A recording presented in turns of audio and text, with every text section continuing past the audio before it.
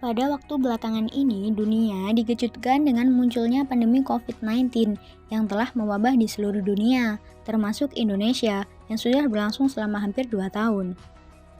Masyarakat terkejut dengan dampak yang ditimbulkan oleh virus tersebut, bahkan setiap negara memiliki kebijakan tersendiri dalam menghadapi situasi ini.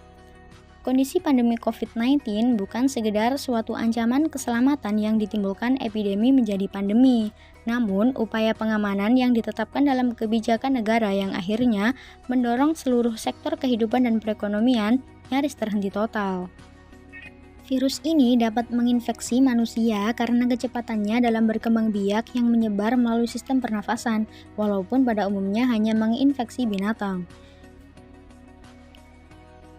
Virus ini pertama diidentifikasi di kota Wuhan, Tiongkok pada Desember 2019 dan dicurigai dari sejenis kelawar Chinese Rufous Horses Subet yang dijual di sebuah pasar seafood dan binatang hidup yang besar. Selain dapat berpindah dari binatang ke manusia, dapat juga ditularkan dari manusia ke manusia. Kemudian, dampak apa yang timbul akibat COVID-19 ini? Yang pertama, ada budaya berbelanja online di kalangan konsumen di era digital saat ini sudah sangat dinamis, khususnya di kalangan mahasiswa yang merupakan generasi milenial, apalagi pada saat pandemi ini menjadi semakin meningkat. Yang kedua, ada dampak positif dan negatif perkuliahan online. Dampak positifnya adalah kita bisa lebih bertanggung jawab dan menghargai waktu karena mahasiswa harus bisa mengatur jadwal dengan mandiri.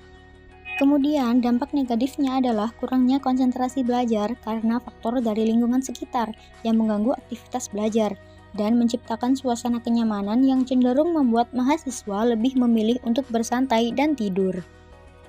Yang ketiga, ada investasi pasar modal. Berinvestasi di pasar modal ini mulai diminati oleh generasi milenial, terutama di masa pandemi ini. Tujuannya yaitu untuk menjaga keuntungan dari rumah. Lalu, bagaimana cara untuk mencegah penyebaran virus ini? Virus corona kemungkinan besar menyebar lewat droplet orang yang terinfeksi yang tersebar terutama ketika mereka batuk atau bersin. Oleh karena itu, jika Anda atau seseorang di dekat Anda sedang mengalami batuk, pilek, demam, atau sesak napas, kalian harus menjaga jarak serta mengenakan masker dan ganti sesuai kebutuhan. Budidayakan mencuci tangan jika hendak masuk rumah atau menggunakan hand sanitizer.